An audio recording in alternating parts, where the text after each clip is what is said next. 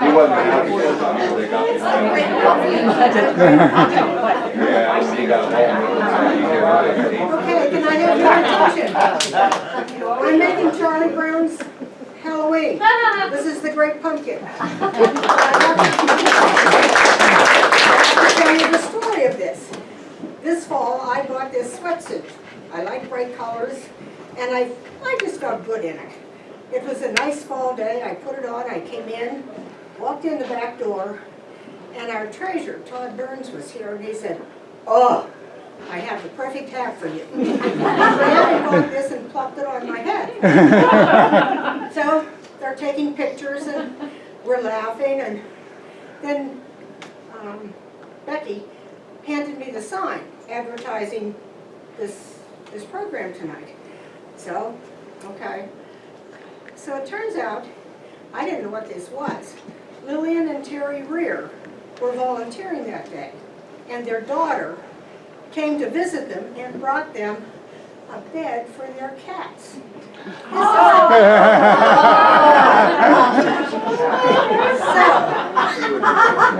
This is the cat bed. However, the cats will not go in it now because there's a strange scent to it. So I went out today to pick it up, and the cat was sniffing my hand, so maybe the cat will now go in it. I don't know that she's actually smelled me, but I took one of the pictures and I sent it out to my whole family, and I said, "This is the matriarch of the Sample family. I hope I'm not embarrassing you." And my son is back there just shaking his head. He said to me, "Mother, don't do that." Here I am. Anyway, at least I don't have to worry about my hairdo.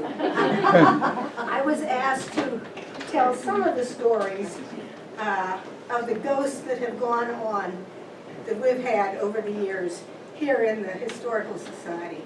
This all started when an 8th grade girl, we used to bring the 8th grade classes through, and an 8th grade girl was upstairs, and the building was pretty scary when we first got it, and she said to me, "Is this building haunted?" And I said, "Oh, I don't think so." But Helen Trapasso, from whom we bought the building, was still in town, so I said, "Call her." So I called her, and I said, "Helen, are there any ghosts in the building?" And she said, "Oh my, yes." Wasn't the answer I was expecting. And she said, when she would be in the basement, there was a shadow that came out of one of the rooms. Now, there was a room down there that had a dirt floor, and she would do the laundry, and this shadow of a man would come out of the room. And she said, at first it frightened me, and then she said, "I just told him, shoot, go away." And she said, "I just ignored it." Well, that room is now going to become the Arthur Armour Forge, but that room is also been a focal point of a lot of the activity of the ghosts. So, we were having some work done in that room, and I went down and I said to the workman, "Have you seen our ghost?" And he said, "What ghost?" And I said, "Well, there's a ghost down here." The man that had been working in that room came out and said, "I'm not going back in there. There's something in that room." And he had to hire another person to come and finish the job. Had another man who was putting in the furnace, and he said, "Oh, I live in a haunted house in Mercer." So he said, "No big deal. I'm familiar with that." So we had a group. You're the 4th group that has been here. Okay. The first group was the Northwest Hauntings Association, and they came, and they're the ones that gave us a certificate that we are a certified haunted building. And they came back and showed, really we heard what the executive board, what they had found. And one was a conversation with a little girl. And the question was, "Are you a boy or a girl?" And the answer was, and this is very clear, a girl. "How old are you?" 4. "Do you have any brothers and sisters?" a brother. So that ties in with another story. Johnny Trapasso, who grew up here, was married and had a child, and he was here with his little boy, and little boy was running around. And Johnny said, "Come on, Alec, we have to go home." And Alec said, "Well, let me say goodbye to my friend." And Johnny said, "What friend?" And he said, "Well, the little girl that I'm playing with." Well, there was no little girl here. That story was in the Allied News. And a woman called in, and she said that she had lived here, and she had seen the little girl many times. So we contacted Rhonda McClellan, who was the recorder of deeds, and we said, "Could you track back all the deeds for this property, that maybe there is somebody still living that we could talk to who would know something that could help us with this?" So she did, and there was nobody alive that could substantiate the story. But they also had a conversation where a reporter from the Allied News had been at the first time they came. Her name was Christine, real cute little girl. And the second time they came, Christine was not there. And one of the questions asked was, "Where's Christine?" Well, you should have seen Christine's face when she heard that. But it was interesting. Then the second group that came was Steeltown Paranormals. And they said that this was the most active site they had ever dealt with. I have always said there's never been anything bad happen, so it must be that they're happy with what we're doing. But when the Steeltown Paranormals was here, in the basement, one of the men had a presence in front of him. And nothing that he could see, but there was something there, and he kept backing up. And the presence kept backing up with him, and he said it really was very menacing. Although nothing happened, but there was something there that was not friendly. So, that's really the only bad thing that has happened. But third group really didn't find anything. They took pictures of lots of bats flying around at night. But for those of us who have worked here, there have been cold spots. Matt Louise is back here. He comes, he works with boys from George Junior, and part of their reason for being at George Junior is they have to do community service. And so when we need things done, things moved or painting done, they come. And he's experienced some of these things. I was decorating the front window one day. Nothing in the window, walking across the window, and bang, I ran into something, and there was nothing there. We had a group of students here, and there were paperweights on the counter over there, and all of a sudden, one flew on the floor. We've had pictures fall off the wall where the hooks are in the wall and the hook is on the back. There's no reason, but the picture is on the floor. We've had chairs move, and upstairs in one of the rooms, there was a man lived there who smoked a pipe. And every once in a while, you can smell pipe tobacco. So the last year that I had the 8th graders coming through, there was a girl up there, and all of a sudden she said, "I smelled pipe tobacco." And she would not have known that story, but Georgie Hodge and I were up there one day, one evening, getting things to decorate the window, and we smelled smoke, to the point that we called her husband, who was a volunteer fireman, and we said, we smell smoke. Well, there was no smoke. It was just, it's part of what is in this building. So, there's just been lots of things happen. When the hotel was for sale, I had it listed. And I was in and out while they were cleaning it out. And after they moved and it was all empty, I went through the building different times, upstairs, downstairs, never felt any presence, never had anything happen, but, all these things have happened. So it's interesting.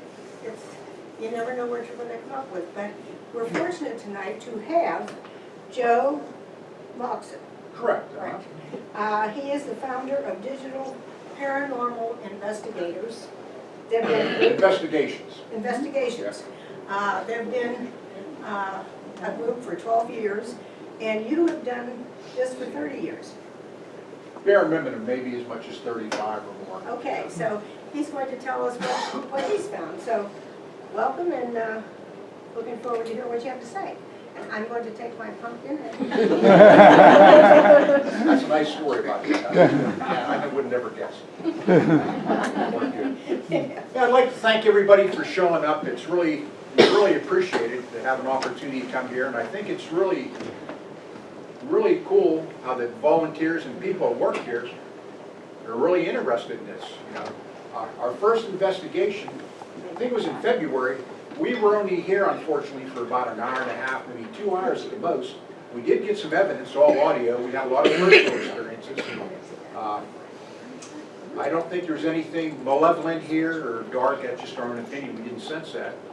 And we're going to listen to these EVPs. This is a program I have called WavePad. We'll go over the evidence.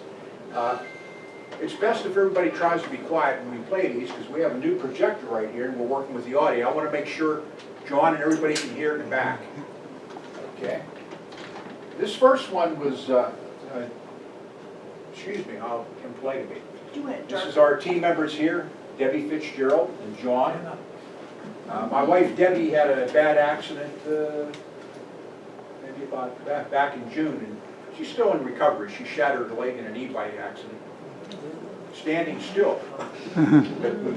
Hard to believe, but she was, she has a 16-inch rod in her leg and her knee's broken in 4 places. But she's doing good. She gets around with the cane about half the time without it. So she didn't feel too good tonight. She didn't think it'd be a good idea. And last but not least, she didn't partake in this.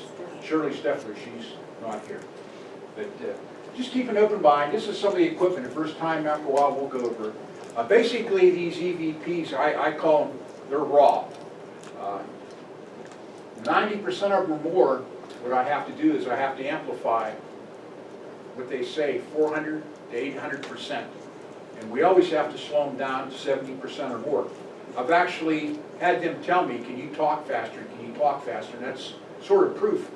They must talk a lot quicker than us, or whatever happens between here and here. You know, I'm still not sure how they get it. EVP is a term, electronic voice phenomena. Over in Europe, I think his name was Jorgensen. He was an avid bird watcher. He used to take his big heavy recorder out in the woods miles from anywhere with a big tape, and he would play it, and he couldn't figure out there'd be voices on there. So this is where this started. I mean, it's the middle of nowhere, and you can hear people talking. Tesla played around with it. He had like a crystal radio type thing. He could hear voices. Edison was the same way. But we'll see if we can get out of this. Remember, everybody's hearing isn't the same. I might hear it a little bit different. The only reason I have to tell you what it says is because if you hear 3 or 4 people talking, when I'm talking, you're not going to know what they said or who it was, you know. But it's interesting. And we'll try this first one. This was in the medical room. And I believe Debbie took this EVP here. And she asked if anybody else, let me get back here. Okay. She asked if anybody else wants to speak or talk or anything like that. You hear a very clear voice if you can hear it. Oh, I do. So we'll see how the volume comes out.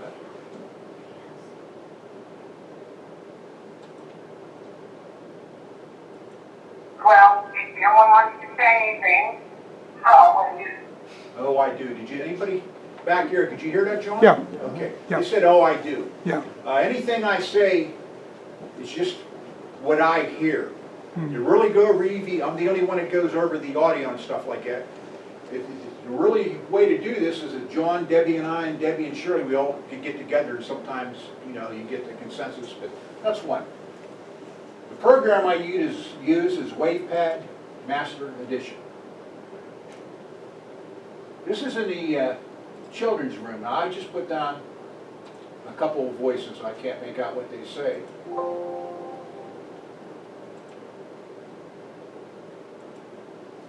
appreciate your patience.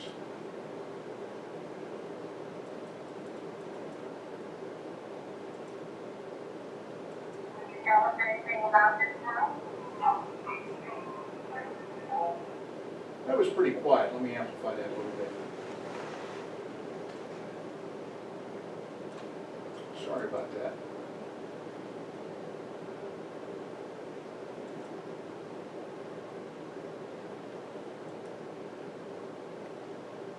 I've tried a lot of audio programs, and this is the one I like and the one I'm most used to.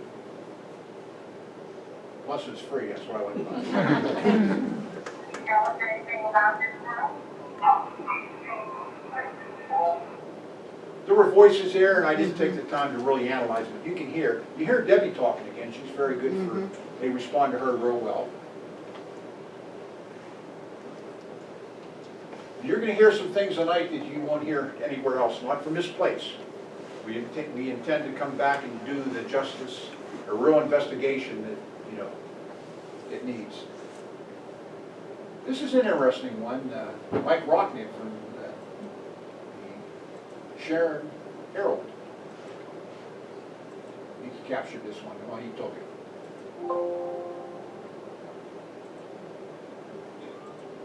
We're in a medical room and Mike asked, "Are you scared?" And the doctor, you hear a voice say, "Very." Were you scared of the doctor? Let me amplify that a little bit. See, like for every sound system, it was fine for the one I had at home, but this one here is a little bit different. Just bear with me so you can hear it better. Just amplify a little bit. It said very, which I thought was interesting. You have residual hauntings. It's like a broken record for whatever reason. You can have a person just walk right through this wall, walk in the other, walk right through you, be completely oblivious. But intelligent hauntings, you don't get EVPs from residual. There's an intelligence there, and they're aware. They're completely aware. Were you scared of the doctor? Varies what they said. I hope you can hear it. I apologize if you couldn't make it out there.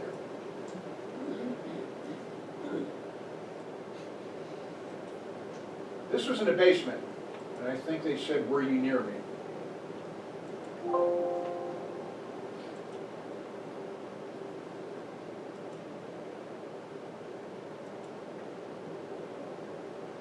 For a long time? You hear at the end, "Were you near me?" I'll play that over again. I think that might have been you, Debbie, again? Or was that the other Debbie? We've got two Debbies, one with an E and one with a Y. One with a Y is my wife. They're both charming women. Were you near me? Anyhow, that's what that EVP was. This one here, it's sort of insulting to me because I'm saying something and they said, "You hear a male voice, you hear it pretty clear here once we get it going here." He basically said, "Who cares?" That's what he says. I'm saying something, you'll hear here in a second. He said, "Who cares?"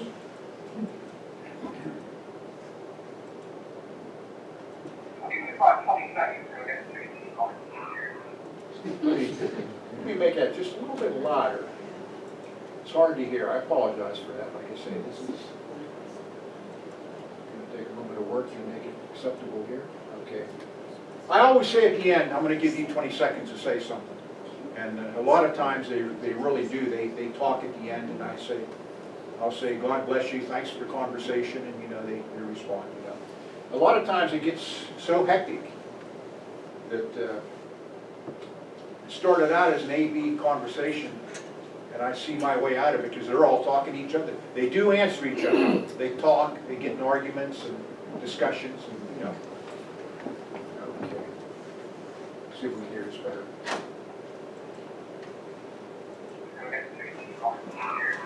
Who cares? Apologize, that's the best I can do with that.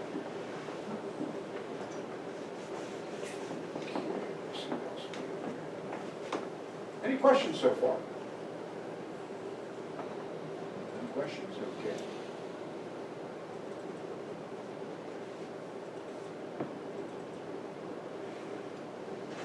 I'll just play this one here. I actually probably got about 50 EVPs, but I classify them A1, quality or message, A2, A3, and so on. And I always put down, like you'll see the file name, I'll put down where the room was or the file. This way here, if you have a question, I can actually go back, go to that location, I can go over it again, you know. So, I'm trying to be organized, but don't be like Joe. I'm not kidding you. I'm probably 40 to 50 investigations behind. I hope I live long enough to get them all done. That's not a good thing. Life gets in the way, and I found out I like to play video games at my age, and it's poor excuse, I know. Yeah, this was in the library, what I call the library. And somebody says, is anybody awake? Well, we were awake. We might have been sitting around half asleep, but we were still awake.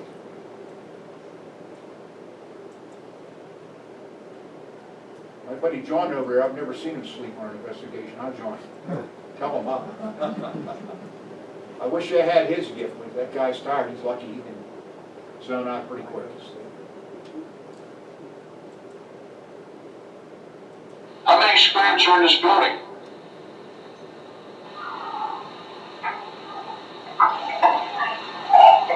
Is anybody awake? But there was voices in there anyhow. It's up to you to decide. You know. If anybody ever has a question, put your hand up, and we'll do the best we can to answer you.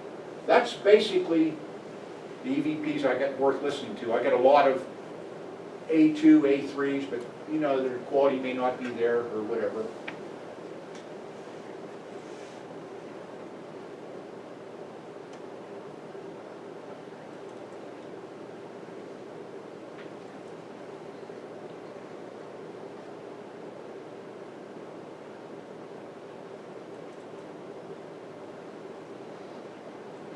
Okay, now we're going to go away from this investigation. I'm going to show you some things that are pretty interesting. I hope you find it interesting anyway.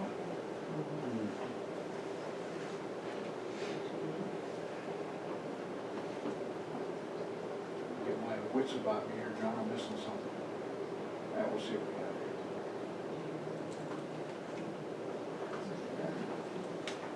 here.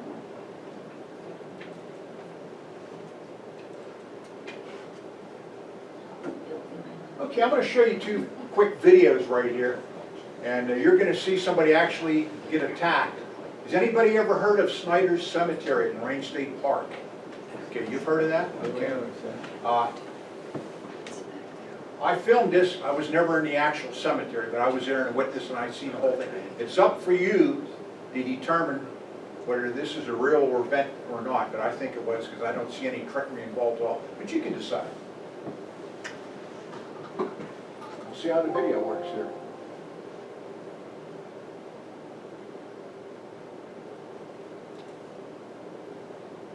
I might have to get out of that. Okay, hold on here. Be bad. I'll go back and I'll exit this.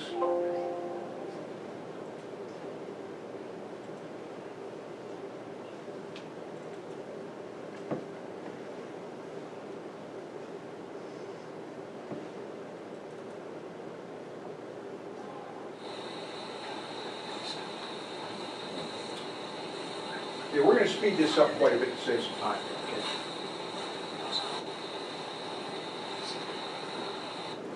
Oh, is he okay? Why would you want to take a Ouija board and put it over Conrad Snyder's grave? To me, that's really disrespectful. Watch your head, it's not gonna fall. Candles. Candles. Everything keep in touch here, don't. Focus all yourself.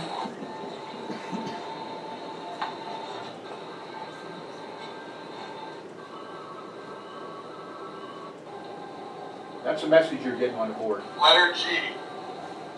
Okay, we'll watch this for a couple minutes and it'll happen.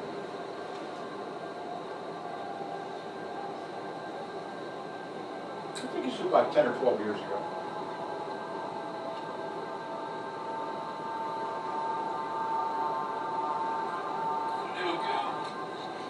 Letter O. With the letter O. So some of these people people think it's funny what happened to this guy. I don't think it, they have a perverted sense of humor, in my opinion. You'll see here.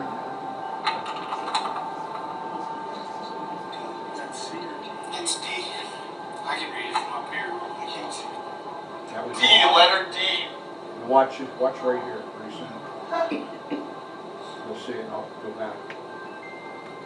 Just Conrad. You still have your spelling going worse? Oh, was that Conrad? I don't think that's the whole message.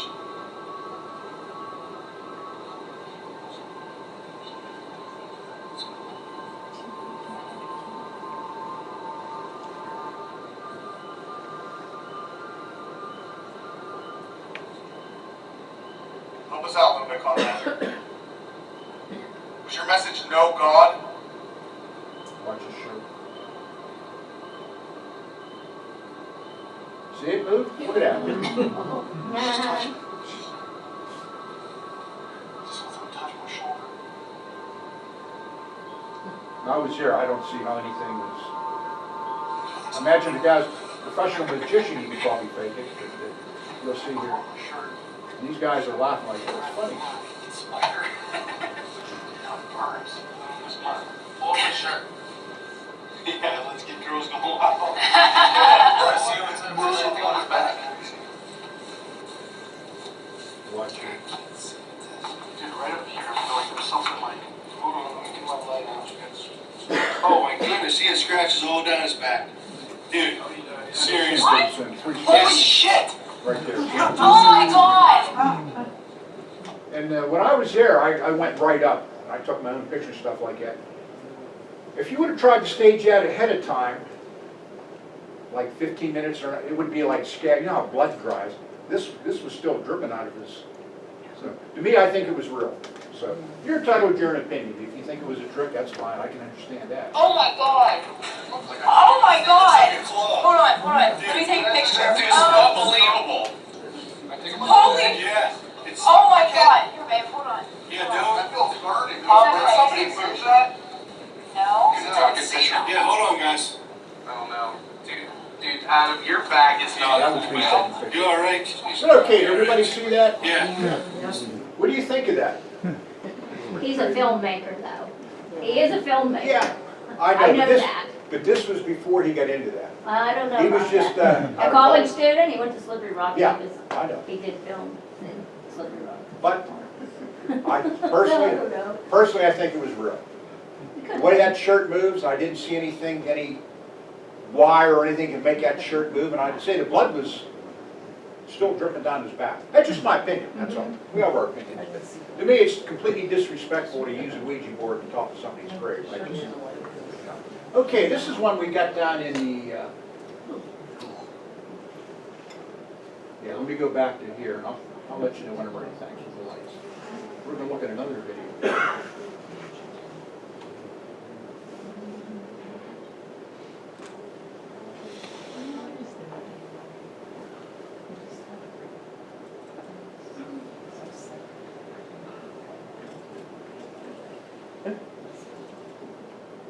Okay, this is one, anybody over here of Hillview Manor, Newcastle?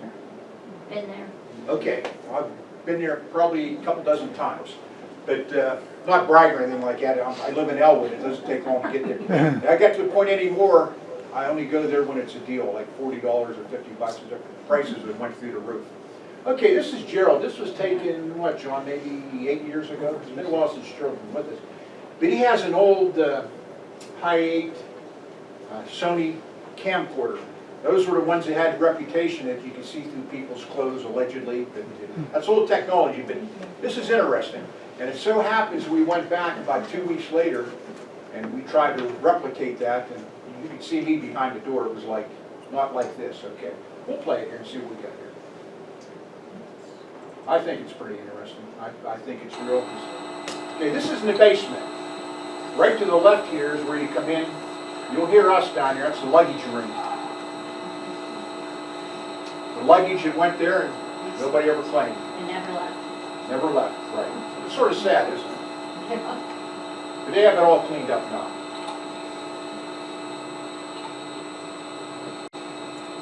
Okay, this is a boiler room where the Joe Montana football guy fan hangs out. That's why you see some memorabilia. And here's where Gerald caught. See this right here? Gerald's behind this light right here. That's not him.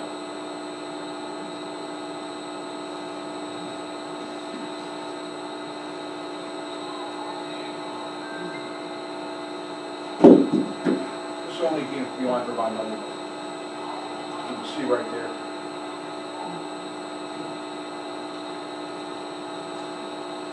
And that's human size. He's not, probably about medium height. I'm going to say about 5'8". I'm about 5'11". I think I was a little bit higher in that picture. And you can see my glasses and everything.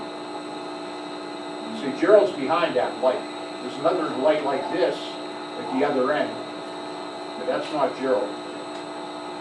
It wouldn't reflect like that because he's right in the front. We thought it was interesting. I can't say that's evidence, but it was something that I couldn't prove or disprove.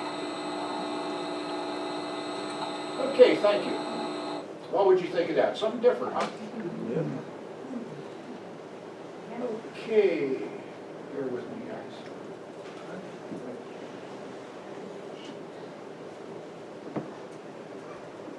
I'm going to show you some interesting photos. And this one photo, it's good to have skeptics, but sometimes no matter what you say, you know, they're like Paul, he has to stick his hand inside the wound, they still won't believe, you know. So, okay, this is a picture John took. This was interesting. We got a lot of evidence. Well, no, this isn't Hillview, I'm sorry. You can just keep that light off if you want, I can see fine. Now here's the one that gets me sort of upset. John, I'll find your picture later. You'll get credit. That was one with yours, but that was the one in Conneaut where we got to find out one. Okay, now this is an old one, and I personally know the person that was there took this. And the Hillview people debunked it, said that's pareidolia, you know what I mean? But I'm going to show you, you let me know what you think. Let me magnify this a little bit. This is in the Artarium. It was a big meeting room where people could meet with their families, maybe somebody to play the piano or something. Very large room. Okay. Now right here, I see the, let me make it a little bit smaller, maybe too big. Okay, now right there I see a little girl playing a CB. You see the blonde hair, the eyes. Yeah. They say, we debunked that, it's pareidolia, it's not real. It's like, I can see. So that's up to you. If you don't think it's nothing, that's fine. That's what I say. I think that's an amazing picture. And they were outside, of course, and they took it in there. That's their flash, you can see. So, the bad thing about the world we live in right now is that you can debunk every, I hate to use that word, by the way. I mean, it's the worst thing that ghost hunters started when they were a thing, you know, debunk. When they first started using that word, this guy had evidence about the shadow man where John and I were down by the cafeteria. Shows a shadow man out there. Just because they could put a person down here and have the same effect, oh, we debunked it. So in other words, you're calling a guy a liar then. He's faking. I'm thinking to myself, that's not fair, is it? I mean, there's technology with the green boards and background. I don't even get into that. I wouldn't know how to do it, you know. I mean, you can actually fake anything. So no matter what I can show anybody, you can always say, oh, he did this and that. Okay, this is another thing. The Connect Cam, that's that piece of device in the end. You don't have to turn the light off. We can go around later if you want to. Okay, these are from the Andrew Bain Library. And I'll just give you a quick look. This is what this does. It's a sensor from a Xbox. And it sets out a grid of infrared lights. And what it does is, when you're playing a game, if you're playing tennis, it's pointed at you, and it'll make you like a stick figure, so it can measure everything. Allegedly, the technology involved is that some people think, and I'm one of them, not all the time, that it can pick up entities. All these entities, whatever you want to call them, I call them the unseen. That's like a catch-all name for me, because most of the time you can't see them. Let me make this a little bit bigger, and I'll tell you the story behind this. This is at the Andrew Bain's Library. It's in Bellevue, John, I think, isn't it? And Kevin, my son, lived here. Anyhow, we were in the library, like a waiting room, and they had some terminals for computer. And I said, now you can see me right over here. That's my skeleton figure. There's one right beside me. And right here, we told him, please sit in this chair if you're here. John, that was like instantaneous. It was like, oh, he even crosses his leg. So, well, I'm not saying that's evidence, but to me, that's interesting effect, if it is, you know what I mean? Let's see what else we got here. Now, this is a good one. I think this was in Dormont. We do what you call clearings and cleansings. I was telling this charming couple right here. One we did in Princeton. That's right outside of Newcastle. And we were there probably 4 or 5 times, and I'm not making this up. I have witnesses from other groups that went with us to validate it, that you could make a B horror movie out of it. We have physical evidence, audio. One time we're down in the basement, and John said, look over there, real big basement, beautiful. And John, I don't see that. I said, look, look. And I look and, oh my God. They had a burglar alarm system with all the flashing lights. It's always going like it. Somebody would stand in front of it, I couldn't see the lights. Then all of a sudden he would move and you could see him again. And we had a guest investigator, was a policeman for that, some area I'm not going to mention. Remember when we went to his house, that was freaking crazy. Unbelievable. I can tell you stories about it. Anyway, long story short, he had a cross thrown at him from the family room, hit him in the left ankle, and the cross went about 10, 12 feet through the air. And John and I were sort of shocked. I'm not making fun of, no disrespect to anybody. I had to talk him down. He was going into shock. He was real white. He was shaking like this, and he said, stuff like this happened all the time. I said, well, if he really wanted to hurt you, I'll call him Tom, because that's his first name. I said, Tom, if he really wanted to hurt you, would he hit you in the face or something? I think just trying to get a rise out of you. We had a lot of different things, but eventually, there was a family member's house, and I could tell you, we could go into that for a long time. Anyhow, we had a real witch, okay, which I have. In this line of work, I've met pagans, witches, they're Steeler fans, Penguin fans, they're good people, bad people, no difference. And anyhow, she helped us, but at the end, the things that I said to this individual, which I wasn't lying, I said, in all good consciousness, I won't be able to sleep tonight, I have to tell you the next 2 steps. We were in the garage, and she had her ceremonial robe on and everything. I mean, it was cool. She went outside, and I'm thinking to myself, oh my God, I hope the neighbors don't see her. They want to know what's going on. She did this and that. Beautiful woman, real good person. She's in the garage, and the sage would keep on blowing on. He said, he doesn't, she said it was an old man. That's the only one, you don't want to leave. You don't want to leave. This went on about 10, 15 minutes. So I had to talk to him one-on-one. And I wasn't threatening him, but it was really trying to give him a warning. As soon as I said that, all of a sudden, boom, she said, he's gone. And it was. Ever since then, that lady's been there, no problems at all. But that was interesting. One more thing about that garage, that area, when we first went there, our whole group, one of our members is deceased. And since then, one of the people went to different areas. But anyhow, we were in the garage, and Carrie said, you hear that growl? I can hear a growl behind me coming up the steps. You weren't there, John, at that location. Pretty big garage, 2.5 stall, whatever. And anyhow, as we're leaving, I'm not making this up, I've never experienced anything like that in my life. I was the closest to the door. All of a sudden, the fluorescent lights up above us, you could hear it went thump, real loud, 3 times. That light was so bright, I swear to God, if anybody believes me, I'm not lying. I would never lie about anything with this. My left hand, I could see the bones through my hand. That's all. You ever get a flashlight and do that? But this was like, everybody froze. We didn't know what to do. It was like 3 strokes. 1, you could actually hear it thump. 2, 3. So I don't know if that was a good thing or a bad thing, but it was interesting. So you remember that, John, don't you? Oh, yeah. John was there. Okay, anyhow, I get sidetracked, John. Reel me in once in a while here. We're talking about that. Okay. This guy, Sam, was a big guy. I had to ask him how tall you are. You know, I'm not used to being. I used to be taller, but now I'm about 5'11". He's like 6'8", big guy. Just to give you a little thing what's going on here. And he showed me pictures of the bruises. He almost got pushed out of a window, the bite marks, the scratches. And he considers himself an artist, but John's an artist, my wife Debbie, those two are real artists. But he liked to dabble with, but he considered himself, you know, an artist. That's his prerogative, God bless him. But anyhow, we have a thing called the floor. We went down, this is the back room, and he said he can't go back here anymore because he'd always get attacked, he'd get sick and everything. A floor measures heat signatures. Okay, if something's real hot, it'll show up as yellow, orange, red. Cold will be blue, black, any combination in between. So you keep that in mind right here. Okay, here's one picture. I'm going to have to magnify it quite a bit. Okay, make it bigger. You can see the figure right here. There he is right there. That's what she caught. That's an entity that showed up. We believe it's his father-in-law. That's a different story we'll get into. You can see the temperature in that area is only 55 degrees. Now, if you and I were back there, I think that's part of Debbie's, she touched something close to it, picked up.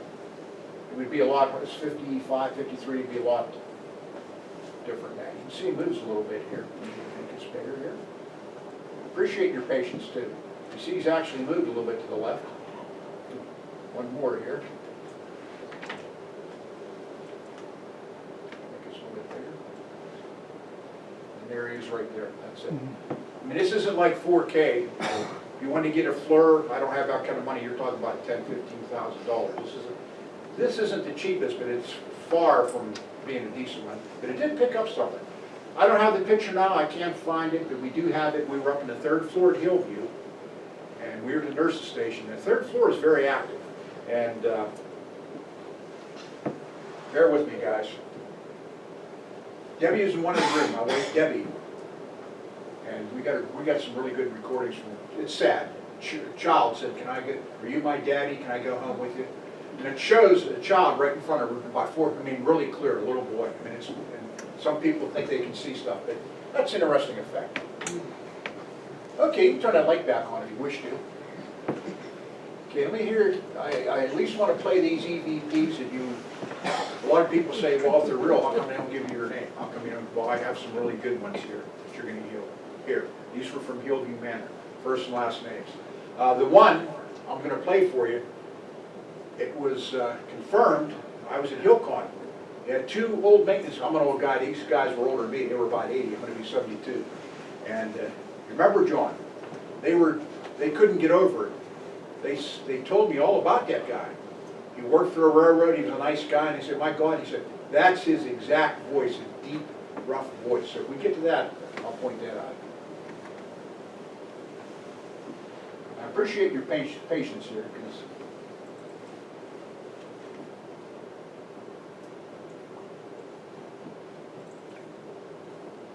this one here is sort of scary. I don't mean to scare anybody. It doesn't mean it's true, because if you can't see somebody, you can tell them you're 10 foot tall, or you're going to kick somebody's butt, or blah, blah, blah.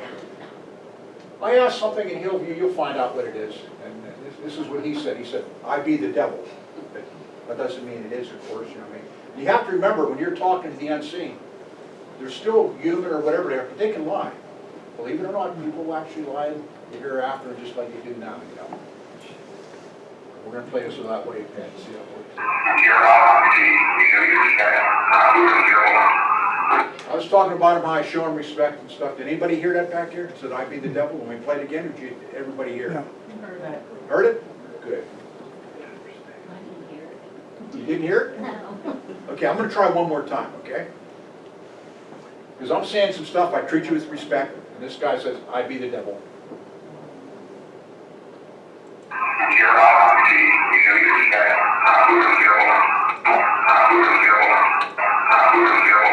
you hear it?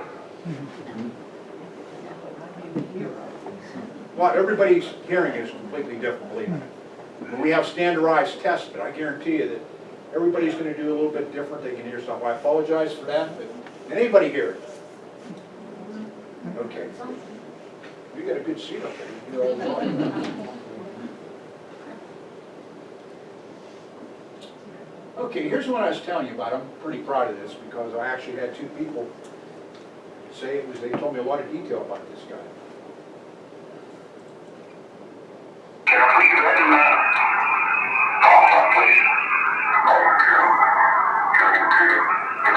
Did you hear that? I'm Jim King. Yeah, it was clear, and I get hair in my arms thinking about it. To have two guys validate that and tell me all about that guy, the room he was in, etc. I mean, that's, you know, and I'm not bragging. We're noted in the paranormal world as getting very good EVPs. I've had people, fellow investigators, come to me and go over their stuff, and you know, I have the ability that my hearing, when I get it tested at work, thank God I'm retired, that they call it abnormally acute, and I can see things that are moving real fast that other people can't see. Same thing with my hearing, just a little thing on there, somebody else will go right past it, but I can pick it up, you know. Say we're all built different, that's just one thing I have. Okay, let me see what I'm at here. Was that on the 3rd floor? That Jim King? At Hillview Manor? I can't tell you. I don't have enough information on that right Oh, now. I okay. have BR. Joe, what does BR mean? It could mean anything. It could mean bedroom, no bedrooms there. Okay. Could mean basement, but I don't think so. How many times you been there? Quite a few times, huh? I've been there about 3 times. 3 times. It never fails for me. I caught some I there mean, too, oh yeah. I've had personal experiences. If you want to go to a haunted place, go there. What was King's In history? Newcastle. What was it? Jim King worked on a railroad. That's all I know. Did he die there then, I Yeah, he assume? died there. He was there for our, I can't see what I'm talking about. I'm trying to make eye Yeah. contact. I'm sorry. It was a He poorhouse. lived there for about 10 a years, poorhouse. 2 gentlemen told me, then he passed on. Okay. It's sort of neat to hear Poorhouse. that. People that were poor. Yeah, because it's kind of neat to know the background. Absolutely, to see. Yeah. Just like the little girl in the basement, Yeah. it would be nice to know the history. Well, I agree with you. I'm only Yeah. limited in resources. Right. I didn't take that photo. but I Well, there did was that. a Jimmy that lived on the 3rd floor. Yeah, I know, the guy used to go on Kmart with a shopping cart. And then they had a counter, their counter had all kinds of like items on it. And I caught a shadow on the wall. I have a picture of it. Okay, here's another one, another name. What I said's irrelevant, but you hear somebody, you're dealing with Bobby Newton. Anybody know Bobby Newton from Hillview? I don't.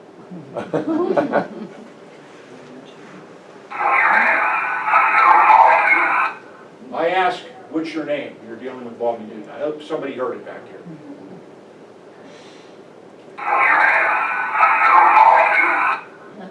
Here, yeah. I can hear that one. There's a lot of sad ones in Hillview. I mean, there's a whole lot of sad ones, and they're heartbreaking. I've had them wish me Merry Christmas. I've got a last investigation year. Almost every single one that I spoke to wished me a Merry Christmas also. You can hear them, they say Merry Christmas. I mean, they have feelings. The biggest thing that we do, John and I, John's a co-founder, we treat them with the utmost respect. We can be taught while we were in places where they threatened to kill me, but I'm still here. But they can give you an example. They can tell us to go pound, kick rocks, or use profanity. We say, well, thank you for the check. We appreciate it. Have a nice. It doesn't bother us at all. It really doesn't. We don't want to get them agitated. We have the attitude, if anywhere you go, if you're looking for trouble, you're going to find it. But okay, at this time here, we're getting pretty close, I imagine. You have any question and answer? Any at all? Have I ever been scared? That's a good question, huh? I was shocked, but I hate to admit this. I was probably 68, 69 at the time. And we were in Waterford. That's a little town about 8-10 miles from Erie. And it was like a BOGO. For $40 each, $200. You take 5 people. Historic haunted house, museum, you get to investigate. Across the street's a real nice restaurant. I can't remember the name. Debbie unfortunately didn't go there. She got tied up that investigation. You would have. Anyhow, the employees were saying that, telling them they were talking, they found out what we were doing. So the basement is, we never go down one at a time because it's too scary. My wife is what you would call, she's a lot of things like me, different abilities, but she has like a mediumship, psychic, whatever you say. She's on top of the steps and she said to me, Joe, I mean, it's well lit. She said, I'm not going down there. There's something bad down there. I said, get out of here. You know, like, well, I'm a tough guy, it's not gonna bother me. And I get down there, and it was like a stone floor, remember, John? Like an old stone floor. I get about halfway down that hallway, about 25 feet from the step. I don't know how to describe this, but all of a sudden, down that hallway, it was like a cyclone, train, bus, tornado, something just, I could feel it charging at me. It was all in here. There was nothing with my eyes, nothing to hear. But I was so embarrassed because it's like, I had no control. It was like primal fear. I mean, I was scared to death, to be honest with you. I mean, I ran up the steps. My wife said, you were running. I said, no, I was just walking. But I'll tell you what, I didn't know that I could get, and I'm not a tough guy by any means, but I didn't know that anything could scare me like that. But I really enjoyed the rush after I was safely upstairs. Then my bodyguard, John, went down. Of course, when there's two people, it was completely nothing. But that's a true story. Any more questions? Yes, sir. Have you ever been touched by any of the apparitions or whatever? Maybe lightly. My new wife, I'm newlywed, we've been married for several years. My first wife died, and I believe that she touched my leg just once. And I'll tell you something else that's interesting. Anybody in this room, I could do this. Those dowsing rods right there. They light up at night, which is neat because you can look at the globe, but you can do that if you have a light. You know, you like to show off. You have self-illuminating dowsing rods. And I would use them. I'd start from the foyer and I'd go like maybe where John is back here, a little bit closer. And they kept on crossing. And they only cross like if there's water, electric. If you go toward the ground in your house, the dowsing rods automatically cross like that. If you go to the box, they come out like that. I mean, it would cross.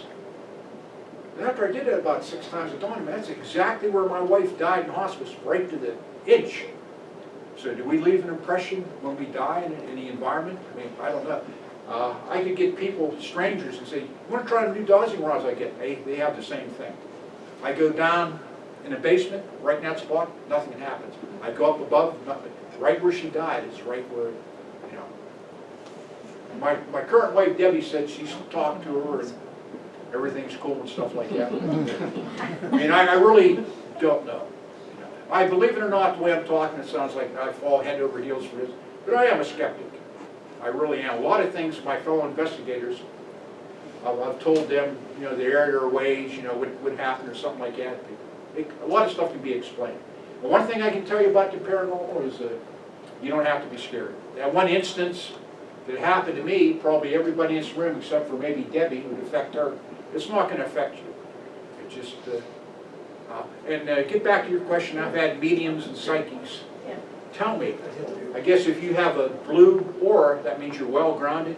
They said the average person's aura goes out 6 inches from their body. They claim mine goes out like 6 feet. So for them to really bother me, like attack me, you know, other than that thing that happened in my mind, you know, I feel pretty safe that way. John and I, when we were in that house, we went into the shower, and they said it's in there, it's trapped in there. And our psychic and medium friends out there, they're ready to vomit. They said, I can't believe it.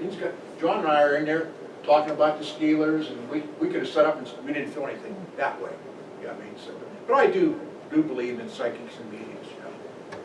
Any more questions? Yes, sir. Have you been up to Lilydale in New York? I went with my friend Debbie there. We went there.